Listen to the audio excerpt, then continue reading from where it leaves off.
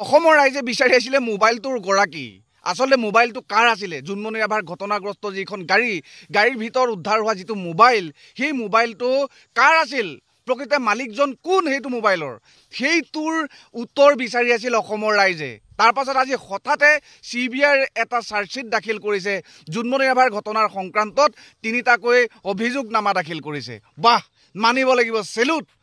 এনেকুৱা সিবিআইয়ে এনেকুৱা কিছুমান কাণ্ড কৰি দেখুৱালে সেলুট কৰিব লাগিব এটা যুগ গুচি গ'ল বুলি ধৰি ল'ব লাগিব এটা যুগ গুচি গ'ল এটা যুগ অতিবাহিত হোৱাৰ পাছত বহু দিনৰ অন্তত আজি শুনিবলৈ পালো সিবিআইয়ে বোলে তিনিটাকৈ অভিযোগনামা দাখিল কৰিছে বাহ মানিব লাগিব বহুত ডাঙৰ কাম এটা কৰি দেখুৱালে অসমৰ ৰাইজ অতিকৈ আনন্দিত হৈছে এইটো খবৰ শুনি পেলাই কিয়নো চাৰ্জশিট দাখিল কৰা হৈছে তদন্তৰ আসলতে কি চলি আছে কেনেকুৱা ধৰণেৰে তদন্তৰ প্ৰক্ৰিয়া আগবঢ়াই নি আছে মাত্ৰ এষাৰ কথা মাত্ৰ এটা মাত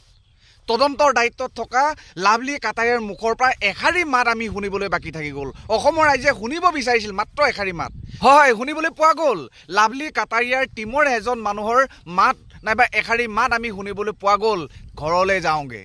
এই শাৰী কথা শুনিবলৈহে অসমবাসী ৰাইজে বাট চাই আছিল নে কি কয় অসমবাসী ৰাইজ সিবিআইৰ মুখৰ পৰা এনে ধৰণৰ কথাই কিন্তু শোভা নাপালে বুলি মই ভাবোঁ বন্ধুসকল কিয়নো সিবিআইৰ পৰা এনেকুৱা ধৰণৰ ভাষ্য এনেকুৱা ধৰণৰ বক্তব্যক আশা কৰি অসমবাসী ৰাইজে অধীৰ আগ্ৰহেৰে বাট চাই থকা নাছিল অসমবাসী ৰাইজ কোনটোৰ বাবে অপেক্ষা কৰি আছিল তদন্তত শেহতীয়াভাৱে যি দুটা মোবাইল উদ্ধাৰ হৈছিলে জুনমনি ৰাভাৰ দুৰ্ঘটনাগ্ৰস্ত গাড়ীৰ পৰা সেই মোবাইল দুটা ফৰেনচিক ৰিপৰ্টৰ বাবে পঠিয়াই দিয়া হৈছিল সেই ৰিপৰ্টত আচলতে কেনেকুৱা ধৰণৰ ৰিজাল্ট ওলাল কি ওলাল কাৰ আছিল মোবাইলটো সেইটোৰ তথ্য নাইবা সেইটোৰ উত্তৰটো বিচাৰি আছিল অসমবাসী ৰাইজে আৰু অসমবাসী ৰাইজে বিচাৰি আছিল তদন্ত যদি প্ৰকৃত যদি তদন্ত তেতিয়াহ'লে জুনমনি ৰাভাৰ গাড়ীখনত খুন্দা মৰা সেই কণ্টেইনাৰ ড্ৰাইভাৰ মেইন কালপিট হিচাপে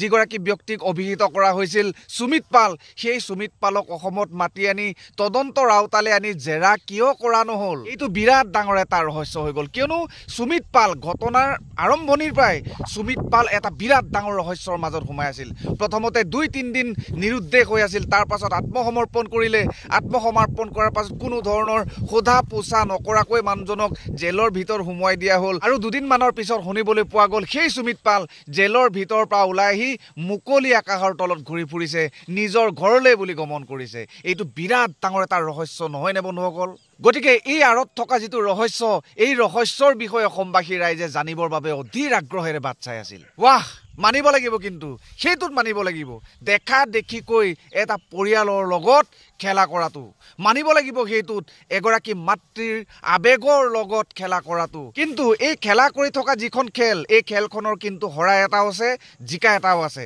এই পৃথিৱীখনত অন্যায় কৰি পেলাই দুৰ্নীতি কৰি পেলাই হয়তো এটা পাৰ্টিক হৰুৱাই দিব পাৰে কিন্তু এনেকুৱা এটা আদালত আছে এনেকুৱা এখন খেলপথাৰ আছে ওপৰত সেই খেলপথাৰখনতহে কিন্তু প্ৰকৃত বিচাৰ কৰা হ'ব কোনো ধৰণৰ মাৰ্চি নাথাকিব কোনো ধৰণৰ ঘোষ ঘাচ নচলিব উচিত বিচাৰ হোৱাৰ পাছত যিয়ে দোষী সাব্যস্ত হ'ব তাৰ উচিত শাস্তি কেতিয়া ক'ত কেনেকৈ হ'ব বিচাৰকজনে নিৰ্ধাৰিত কৰিব